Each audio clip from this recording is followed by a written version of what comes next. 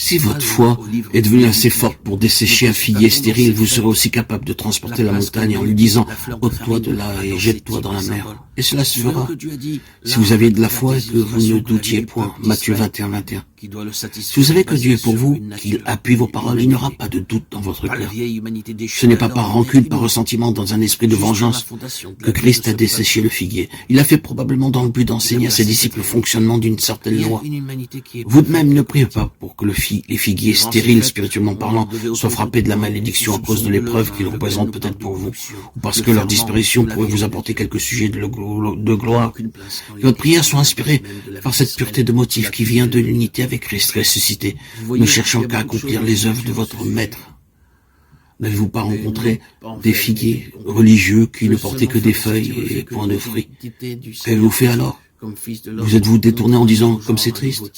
Pourquoi n'êtes-vous pas allé au Seigneur en disant « Seigneur, dessèche cet arbre, afin que les âmes ne soient pas trompées par son moyen » ?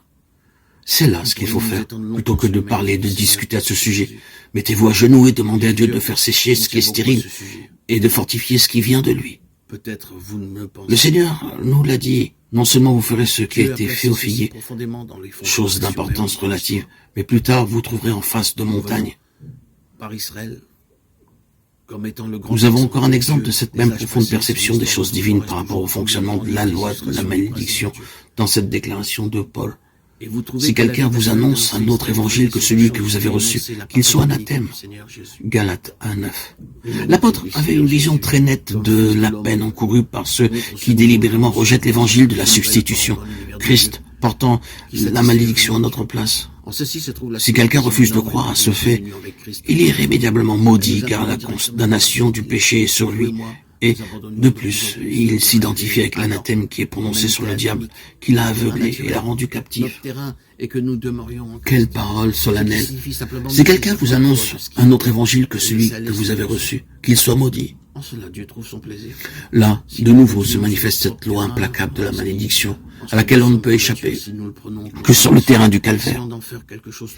Si un homme ne veut pas accepter que Christ ait été fait malédiction à sa place, il devra porter lui-même sa propre malédiction.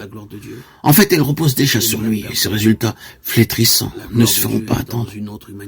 Pensez à tous ceux qui prêchent un autre évangile que celui de Golgotha. N'est-ce pas une malédiction en soi-même que de flétrir les vies des autres gens en leur inculquant des notions mensongères qui auront leur aboutissement terrible dans une éternité de désespoir et de tourment? Quelles sont les heures les plus bénies et glorieuses dans l'expérience de chrétien? Ne sont-elles pas les heures durant lesquelles, recueillis, ils contemplent, absorbés, ce que Christ est?